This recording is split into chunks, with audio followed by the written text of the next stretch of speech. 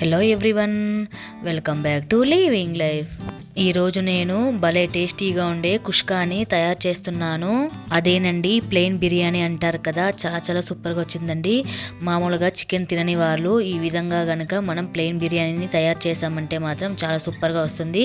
ఇప్పుడు ఎలా తయారు చేసుకోవాలో ఒకసారి చూసేద్దామా. ఒక బాండ్లీలోకి 2 స్పూన్ల వరకు ఆయిల్ వేసుకొని ఒక చెక్క 4 లవంగాలు వేసుకున్న తర్వాత ఒక మీడియం సైజు ఎర్రగడ్డ ముక్కల్ని వేసుకొని ఫ్రై చేసుకున్న తర్వాత ఇప్పుడు ఒక 2 తెల్లగడ్డ పాయల్ని వేసుకోవాలి. అలాగే ఒక 3 ఇంచుల అల్లం ముక్కలు, అలాగే 3 ఇంచుల టెంకాయ ముక్కల్ని వేసుకొని బాగా ఫ్రై చేసుకోవాలి.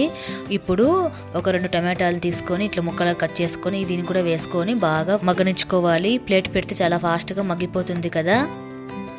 ఇవన్నీ చాలా బాగా మగ్గింది కదా. ఇప్పుడు స్టవ్ ఆఫ్ చేసుకొని ఇది కొంచెం రూమ్ టెంపరేచర్ వచ్చేంత వరకు దీన్ని ఆరబెట్టుకోవాలి. ఇప్పుడు కొంచెం సేపు ఆరిన తర్వాత ఇవన్నీ తీసి మిక్సీ జార్లోకి వేసుకొని ఫైన్ పేస్ట్ లాగా తయారు చేసుకొని పక్కన పెట్టుకోవాలి. ఇప్పుడు నేను ఒక బిర్యానీ పాత్రని తీసుకున్నాను.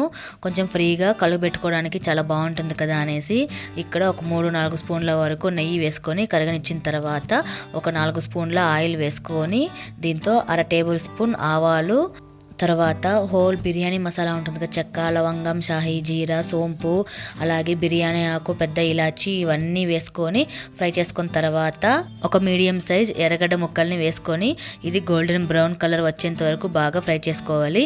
దీంతో పచ్చిమిరపకాయలు ఒక 4 వేసుకుంటున్నాను. దీన్ని కట్ చేయకండి, అలాగే వేసుకోవాలి. ఇప్పుడు సన్నగా తరిగిన పుదీనా అలాగే కొత్తిమీర ఆకు వేసుకొని బాగా ఫ్రై చేసుకోవాలి. ఇంతకుముందు టమాటో, ఎర్రగడ్డ, అల్లం, తెల్లగడ్డ పేస్ట్ చేసుకున్నాం కదా, ఆ పేస్ట్ మొత్తం దీంట్లో వేసుకొని బాగా పచ్చివాసన పోయేంత వరకు ఫ్రై చేసుకోవాలి.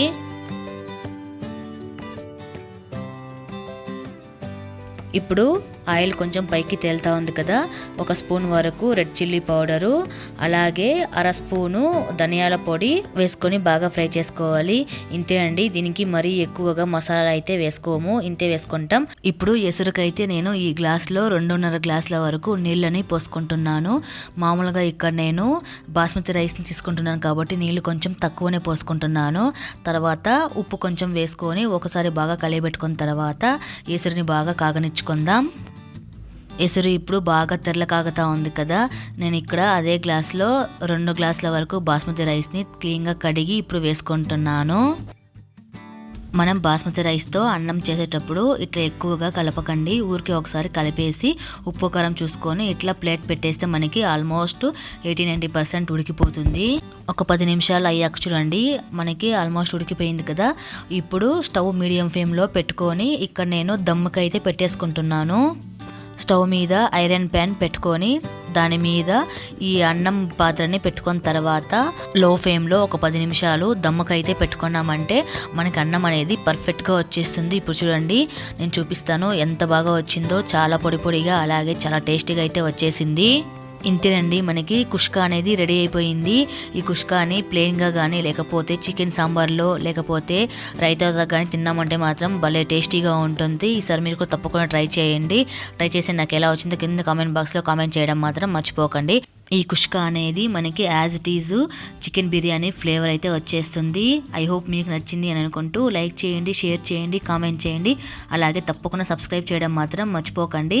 Thanks for watching. Okay, tata, bye.